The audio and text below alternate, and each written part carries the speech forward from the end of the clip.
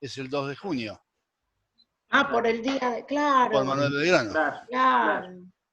De manera que nosotros lo tenemos bien presente a Belgrano.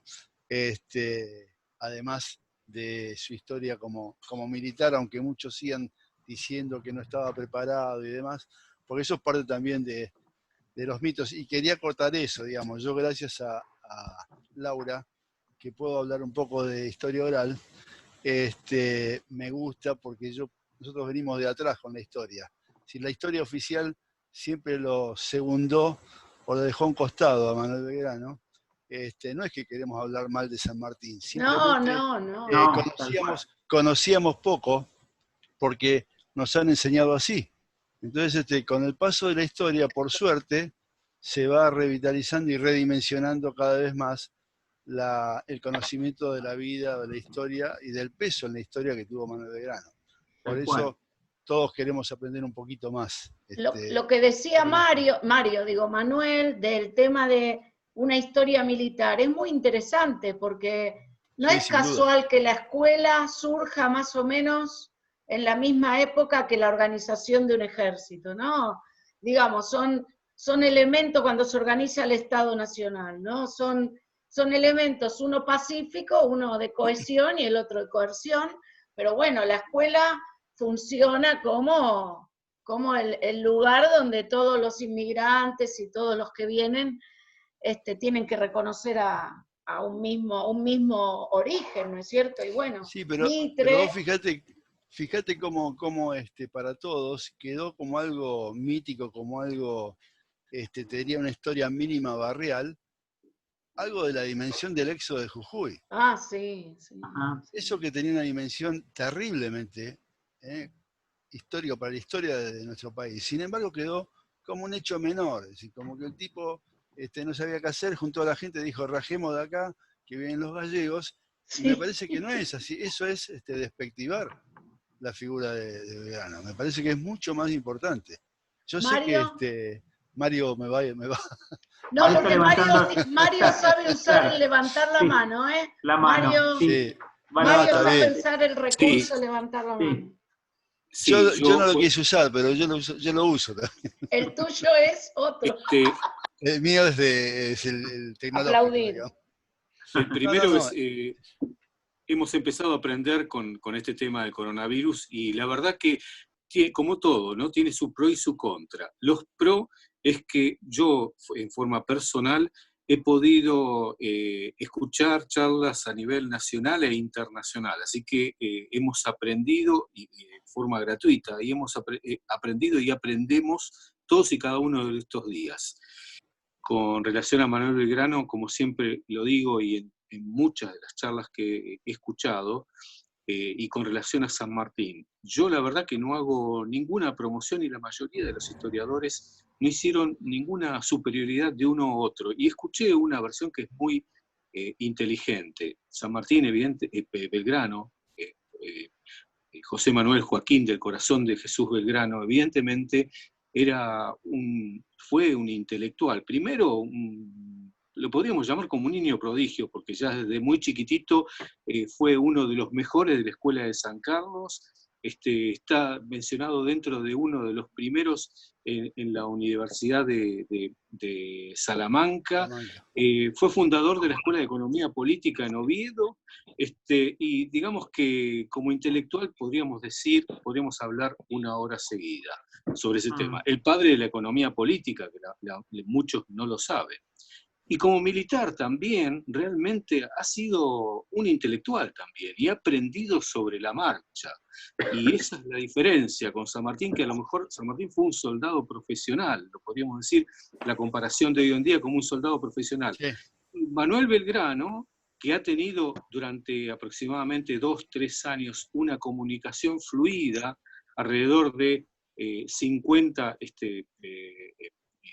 comunicaciones con don José Francisco de San Martín, que su relación fue increciendo a través de los poquitos años que se conocieron, y San Martín le enviaba formaciones militares como para que él aprendiera, y él ya desde las invasiones inglesas venía estudiando aspectos militares, es decir, no era un improvisado Manuel Belgrano en el aspecto militar. Al contrario, al propio San Martín lo nombró, dice, no será un Moró, que era un alto oficial del ejército de Napoleón, pero es lo mejor que tenemos en estos lugares. Por eso digo la comparación, y para hacer un poco la síntesis de una de las escuchas que he tenido en todos estos días, fue el complemento exacto en lo que fue nuestra revolución americana, la podríamos llamar, porque esto sirvió a liberar lo que es el Virreinato de Río de la Plata, el actual territorio de la Argentina, Chile, Perú y podemos decir 2 o 3 países más, Bolivia, Ecuador y demás. Fueron el eje fundamental y el complemento ideal que se suscitó en esa época. Por eso yo me salgo de esa grieta que hablan de San Martín o de Belgrano, pero este es el porque país ellos de dos las fueron grietas, amigos. Acá inventan grietas para no poder debatir, digamos. Las grietas están inventadas para no poder debatir.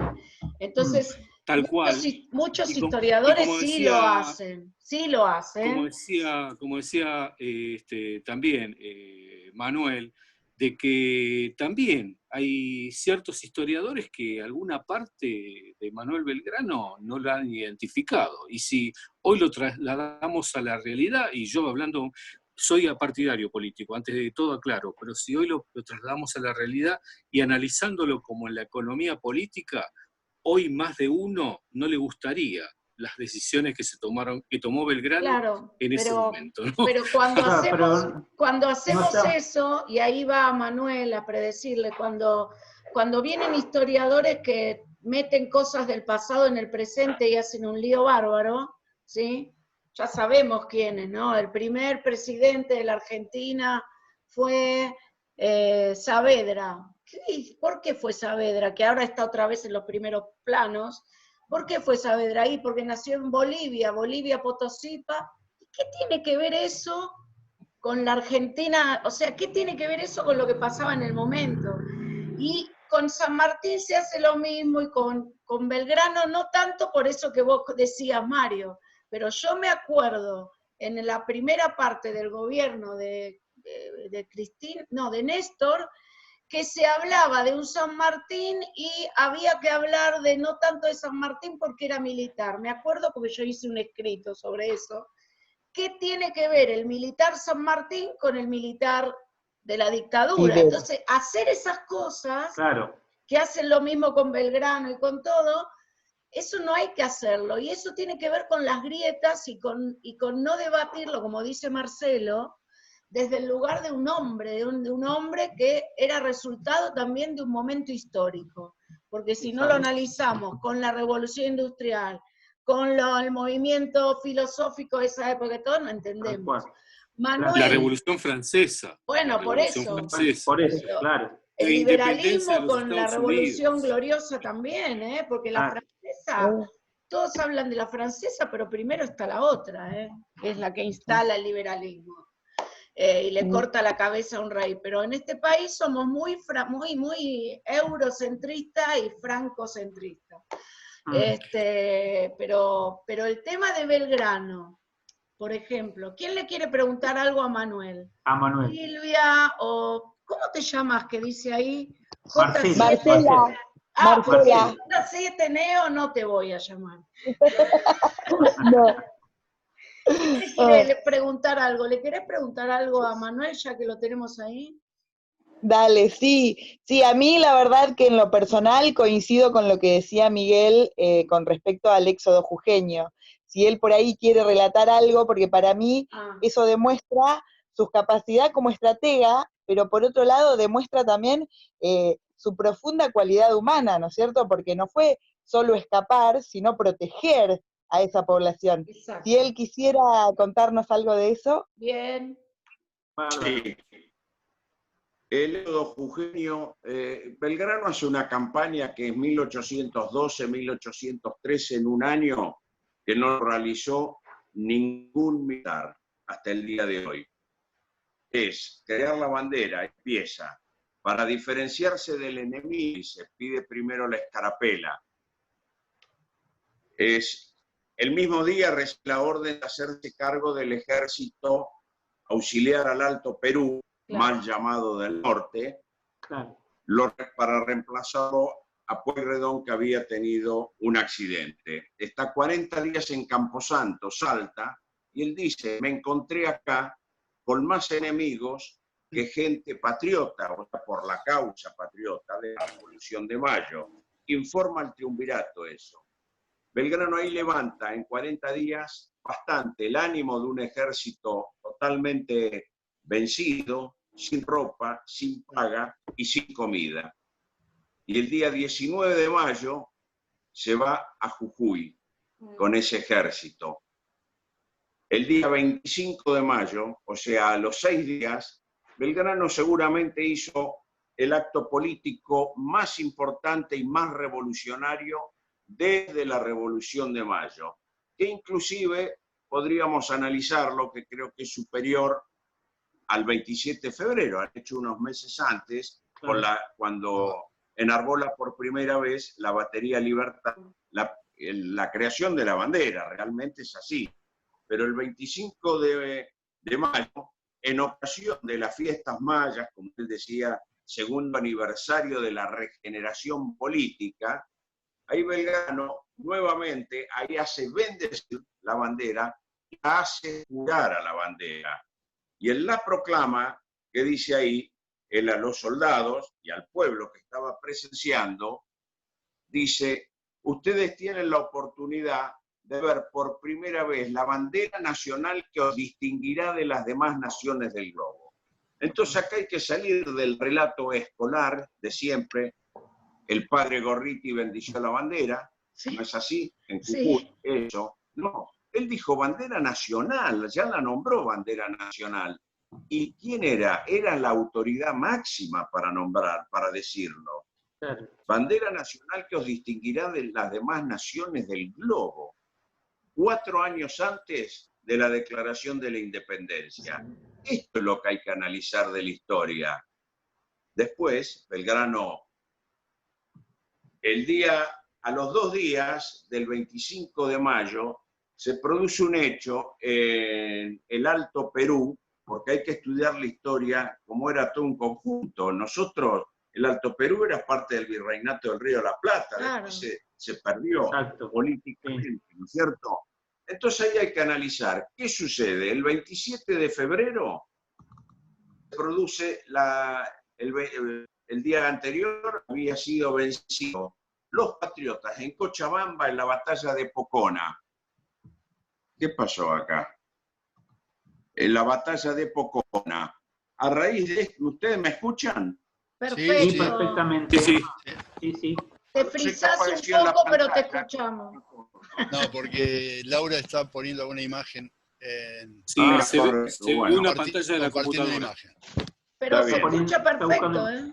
Sí. Bueno, produce la batalla de Pocona en Cochabamba y las mujeres se habían refugiado porque no se querían rendir con sus hijos en la Coronilla, en el Cerro de la Coronilla. Y el 27 de febrero llegan ahí los realistas y degüellan a casi todas las mujeres. Un soldado que pudo escaparse llega a Jujuy, le informa de esto a Belgrano y Belgrano hace el parte de lo que había sucedido en Cochabamba. El día 27 de mayo, en Bolivia, por este hecho, es el Día de la Madre Boliviana. Sí. Y cuando el triunvirato recibe el informe de Belgrano de lo que había sucedido en el Alto Perú, ahí es cuando le dicen a Belgrano que abandone Jujuy con el ejército. Belgrano no abandonó Jujuy con el ejército y no lo iba a hacer porque no iba a dejar el pueblo a que le suceda lo mismo que le había sucedido en Cochabamba. Claro. Y Belgrano agarra, sin ninguna orden, se lleva al pueblo en el éxodo jujeño.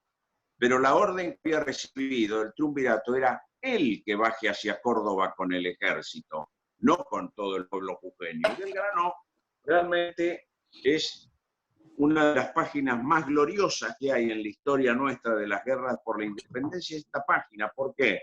Porque es todo jujeño.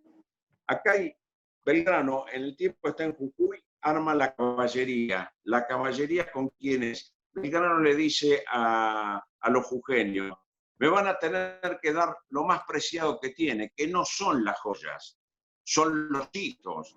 Y le pidió los hijos para hacer la milicia de caballería, que son los decididos de la patria. Y estos decididos, cuando marcha el éxodo jujeño, eran los que iban a la retaguardia. Ahí, cuando llegan a Río Piedras, tienen un enfrentamiento con la vanguardia realista que le venía pisando los talones, dicho rápidamente, y ahí hay un enfrentamiento donde en ese combate son vencidos los realistas. Pocos días, eso es el 3 de septiembre de 1812. Y después llega Tucumán, le dan muchísimo apoyo a Tucumán, recibe al pueblo jujeño, Belgrano decide quedarse ahí y dar batalla.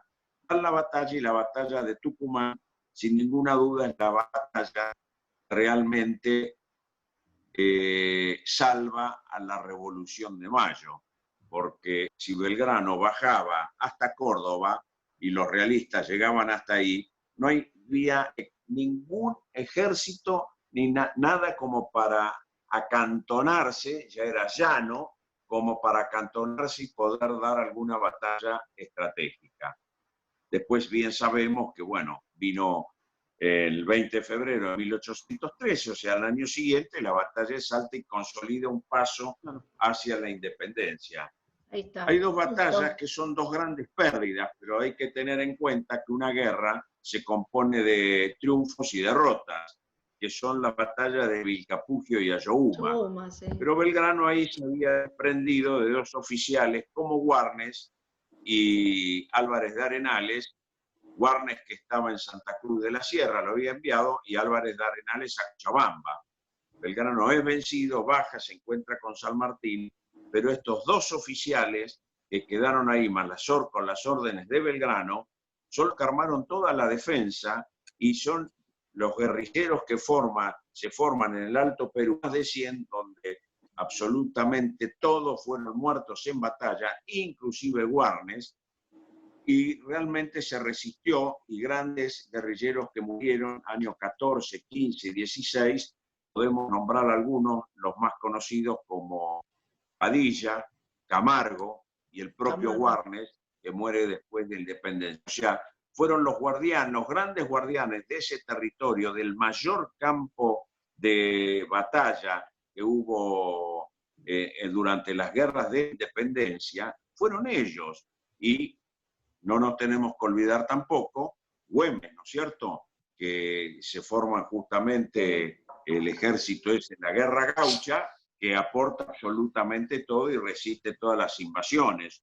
Hubo 13 invasiones realistas a lo que fue Jujuy y parte de Salta. O sea, es muy importante, pero lo que señalaba de Belgrano con el éxodo jujeño, esa página gloriosa, cuando Belgrano después de Salta se reconquista Jujuy, que recibe el premio para las escuelas, en fin, que creo él lo acepta la condición de donarlo para las escuelas, pero hay también algo muy importante. Belgrano crea otra bandera, que es la bandera nacional de la libertad civil, que es el paño más antiguo que hoy se conserva, con fe cierta que lo hizo Belgrano.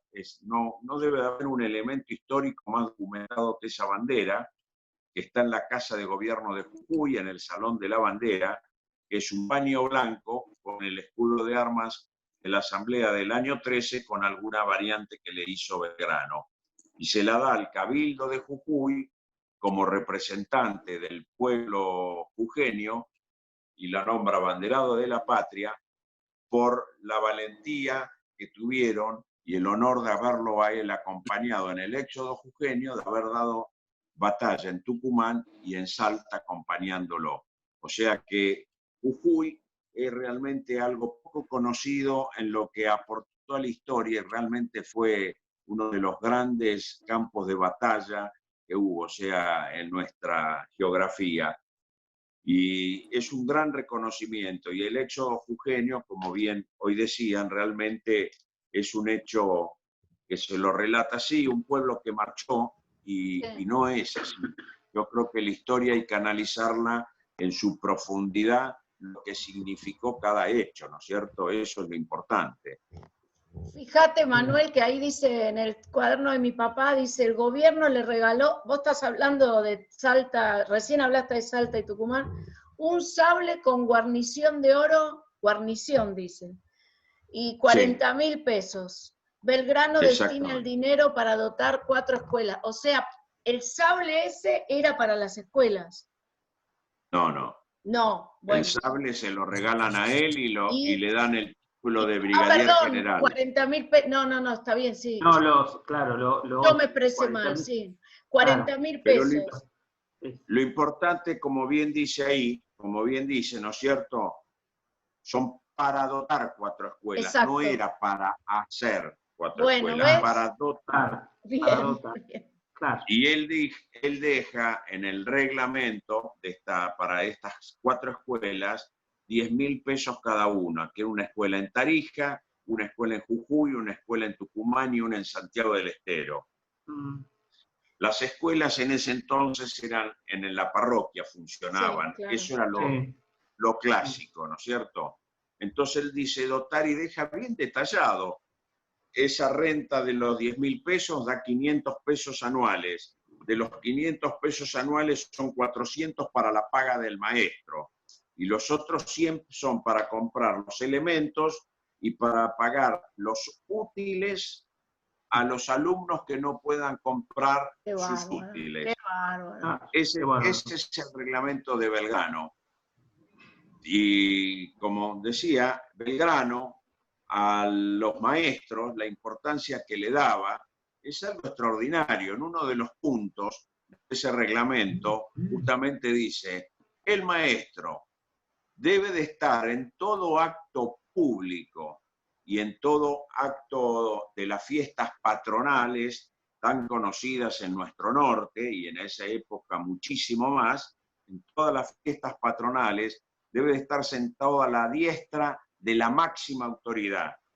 Y debe ser considerado debe ser considerado un padre de la patria. ¿Por qué? Porque lo que hace el maestro es enseñar a los chicos. También habla de los premios y castigos a los alumnos y que el maestro debe de asumir también cada 2 años por concurso de oposición. O sea, la importancia que le da Belgrano a la educación es el círculo virtuoso de lo que fue, lo que tendría que ser la Revolución de Mayo.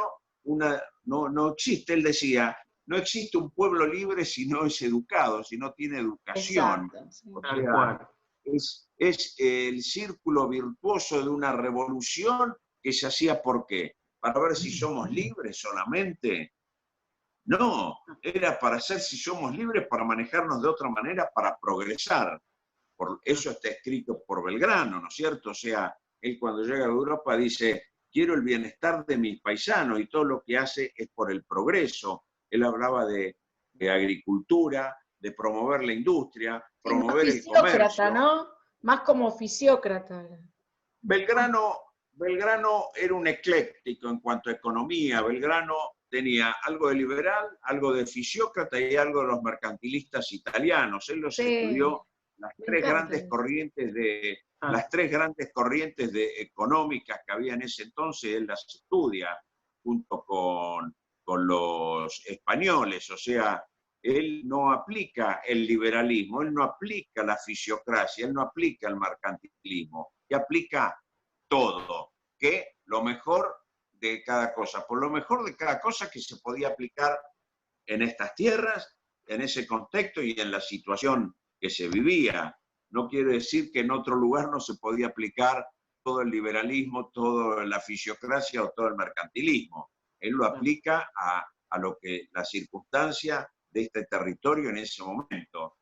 O sea, es el verdadero ecléctico de que realmente se nutre de distintas doctrinas y bueno, y lo hace. Belgrano no fue un doctrinario en cuanto a economía. Y como bien decía el señor contador, el día 2 de junio es el día del graduado en Ciencias Económicas, salvo en 2 provincias, es el día 2 de junio, porque es el día que Belgrano se hace cargo del Real Consulado, cuando asume físicamente.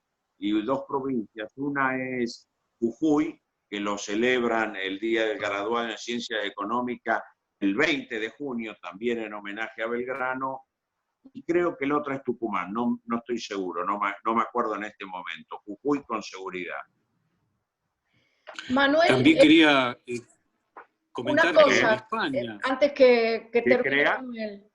Las calles, vos nombraste a Camargo, Padilla, Sí. ¿qué más? Nombrámelos todos. Warnes, que era porteño, pero fue con Belgrano, era amigo personal de Belgrano. Bien. Y Warnes estuvo en los 3 ejércitos. Belgrano fue el único jefe que estuvo en los 3 ejércitos expedicionarios. En el del norte, que era el ejército que fue a Paraguay, la Banda Oriental, y en el ejército auxiliar del Alto Perú lo comandó por 2 veces. Bueno, esas calles son, sí, esos nombres son de las calles que tengo alrededor mío, porque las calles también están hechas con un sentido de proceso. Seguro, bueno, esto, claro, no mezclan a la gente. Tienen los nombres de batalla, tienen nombres de patriotas, tienen los nombres de, muchas veces uno, ¿y quién fue Camargo? Y bueno, Camargo fue un gran luchador, un guerrillero altoperuano, de esos que adhirió a la causa patriota de la independencia, ¿no es cierto? O sea, de salir de esa monarquía absolutista. Sí, pero lo que quería decir es que estaban en el mismo barrio, todos juntos, o sea que por algo es que los ponen a todos en la misma zona, ¿no? Bueno, correcto, eso es así como ponen normalmente todas las calles nombres de artistas, por ejemplo, en Buenos Aires están también todas las calles de los diputados al Congreso de Tucumán, están todos en un barrio ahí en Palermo, bueno, eso es... y cuando hay alguna salteada, bueno, es porque tienen que cambiar algún nombre o bueno. No alcanza la cuadra. No alcanza. Sí, llega un momento que no alcanzan. Todavía tenemos la disputa entre George Canning y Scalabrini Ortiz. Bueno. Exactamente. Claro. Bueno. Ahora no estamos viendo la imagen, ¿eh? Pero porque ahora saqué otra. No estaban viendo la... No, ahora estoy buscando otra. Sí, recién lo leyó él. Marcelo, el señor Mario estaba levantando la manito antes. Yo no estoy viendo porque estoy buscando las imágenes. Las imágenes. Mario quería agregar algo. Sí.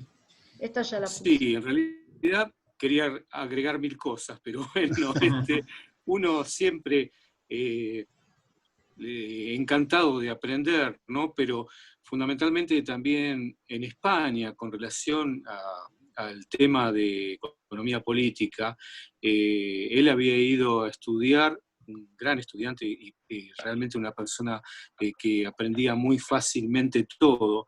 Y en España también, en las universidades de España ha sido premiado, si mal no me equivoco, en Oviedo. Después de 800 años de universidad, crearon... Salamanca. Salamanca. Sí, bueno, Salamanca. Belgrano estudió las 25 en Salamanca personalidades... y en Valladolid estudió. En Salamanca y el Valladolid. En Valladolid también él ha hecho un comentario, yo no sé si lo leí en la bibliografía de Mario Belgrano, pero él ha escrito también algún comentario sobre Valladolid, de algo que no le gustó en el aspecto educativo. Pero en España tiene, en Salamanca, si me lo dice Manuel, yo la verdad que no me acuerdo, en los 800 años del cumplimiento de esa universidad lo premiaron dentro de los 25 personalidades más importantes de la universidad. Eso sí, como algo...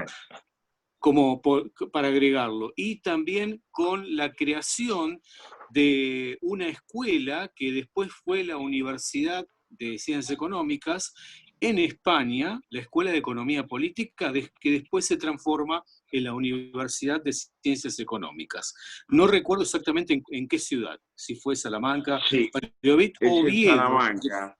En Salamanca, bueno. No, es en Salamanca. En el año 2018 Bien. se cumplieron justamente los 800 años de existencia de la Universidad de Salamanca, que es la segunda universidad creada en el mundo. Y en el mundo. Yo, exactamente, en el mundo. Yo fui el que inauguré las conferencias acá en la Argentina, en la Embajada de España, justamente me invitaron, me dieron ese enorme honor de inaugurar las conferencias en la Argentina, justamente por Belgrano. Y ahí es cuando lo distinguieron ese año a Belgrano como dentro de las 25 personas más importantes que habían estudiado en Salamanca. Pero Belgrano, en Salamanca, es el primer presidente, de acá es lo que vos decís, Mario.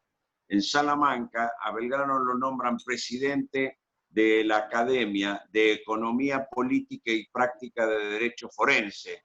Esa es, claro, y esa academia que se funda, Belgrano es el primer presidente de esa academia que se funda. Y bueno, después, como bien vos decís, de esa academia nació después el estudio, era la ciencia nueva que le llamaban, la economía política, era algo totalmente nuevo. Cuando, o sea, Belgrano, más allá de que fue un gran estudiante, un hombre brillante como estudiante, y que tendría su inteligencia para tomar los conocimientos, tuvo la suerte del momento que vivió en Europa, ¿no es cierto? O sea, claro. porque, vivió la Revolución Francesa, el desarrollo de la economía política, en fin, una serie de acontecimientos que a él, bueno, a él también le revolucionaron la cabeza, ¿no? Y él fue por eso, cuando viene acá, que quiere hacer una revolución del propio virreinato, porque él cuando llegó acá dice, lo único que me encuentro es con pobreza y desnudez. Y empezó a trabajar para eso. Y dice, ¿cómo saca esto? Con educación. Y de ahí empieza a pensar qué educación. Hay que enseñarle a estos pobres infelices, se le llamaba, era un término de en época, esa época, ¿no? sí. Por eso no digan que, para que no no crean porque que yo quiere lo digo. decir lo que quiere decir, que no es feliz, eso es. No, punto. claro. No es despectivo, sí. Antes que termine el tiempo y para que sea democrático, Silvia, que no sé si está por allí, que no habló, no sé si quiere preguntar o aportar algo. Silvia, ¿estás por ahí? iPad. Ahí está. No tiene micrófono. No tiene micrófono. Ahí Ahora está. sí. Hola, ahí está Silvia. ¿Cómo está? Hola a todos. Se me conoce por el nombre de Catalina. Algunos, otros ya no me conocen. Y bueno, me interesa mucho el tema de Belgrano, porque siempre, a través del colegio y demás, siempre se hablaba de la bandera, del 20 de junio como la bandera, y no tanto como de Belgrano, ¿no? Tan en profundidad como estoy escuchando acá a Manuel y toda la historia de Belgrano. Bueno, yo ya tengo muchos años, así que algunas cosas ya las olvidé en el tiempo, ¿no? Pero por eso me interesaba mucho. Escuchar básicamente de Belgrano más que lo que sabemos que es de los actos. Claro. Los chicos solo recuerdan, van repitiendo lo de los actos, es eso. Claro, y la foto de la figurita de Belgrano, sí.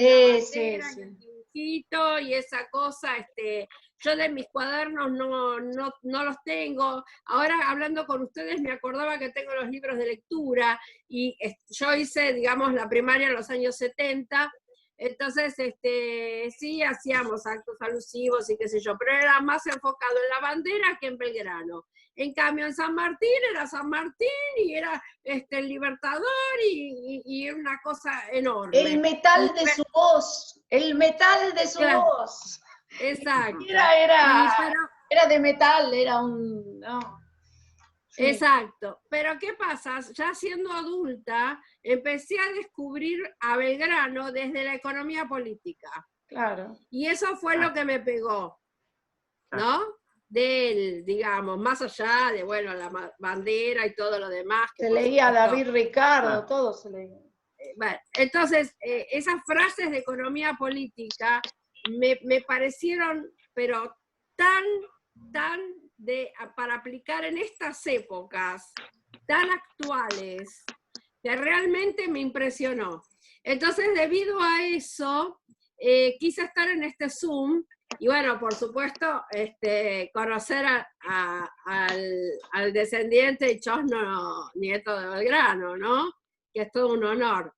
Y agradecerles a que me han invitado a este Zoom tan rico, ¿no? Tan rico en historia, porque es como que estoy reviviendo y recordando tantas cosas, que a veces en el devenir del tiempo y de actualidad y de tantas cosas como que lo dejamos en un lugar de la memoria de la niñez, ¿no? Yo lo estoy grabando y después se lo paso a Marcelo para que lo distribuya, ¿eh? Yo lo estoy grabando.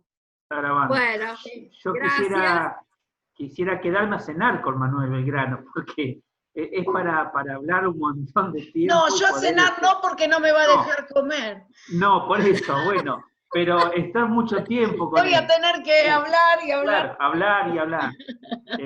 No, antes que se termine el tiempo, bueno, agradecerles. Yo sé que da para mucho más este encuentro, muchísimo más. Agradecer la presencia justamente de él, de Manuel, de cada uno de ustedes. Sí, Laura. No, que están mandando mensajes, decíselo directamente, porque no lo va a leer. Silvia, Necochea, la pregunta a Manuel. ¿Te quieren invitar a Necochea, Manuel? Sí, te quieren invitar a Necochea. También, con mucho gusto. Claro. Bien. Y a San Cayetano también. A San Cayetano también. Vieron que los chicos de Cuyo todos los años prometen a la bandera, y de la cuarentena, por la pandemia del COVID, la provincia decidió postergar la promesa para cuando se pueda hacer en diciembre, si Dios quiere. Les quería contar algo para los que, como vos sos supervisora, por las dudas, yo tengo, no dice mi nombre, dice Otras Memorias. Hay un canal de YouTube y tiene ya 400 entrevistas de historia oral. Pero hay una parte que dice metodología y actos escolares. Entonces, lo que yo estoy haciendo es seleccionando fragmentos de entrevistas de personas que vinieron hace 70 años a la Argentina y que te cuentan cómo era un acto escolar, y que ninguno nombra el de Belgrano, casi ninguno. Hablan el 25 de mayo, hablan de San Martín, y bueno, si los actos escolares tuvieron como objetivo unir a, digamos, que todo el mundo tenga la misma identidad nacional y todo eso, es muy interesante ver cómo cada uno a partir de la historia oral te cuenta algo diferente. Y para ninguno el acto significa lo que en la currícula dice que el acto tiene que significar o tenía que significar. Entonces, como es público, es un archivo público y lo usan en todos lados, se los ofrezco para que lo usen en la escuela. Lo usan en todos lados, ¿eh? Así que todo lo que hago yo lo comparto. Miguel sabe, ¿no?